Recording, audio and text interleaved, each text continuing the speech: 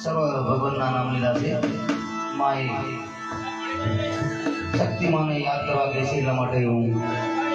એક બે ભજન ગા મારા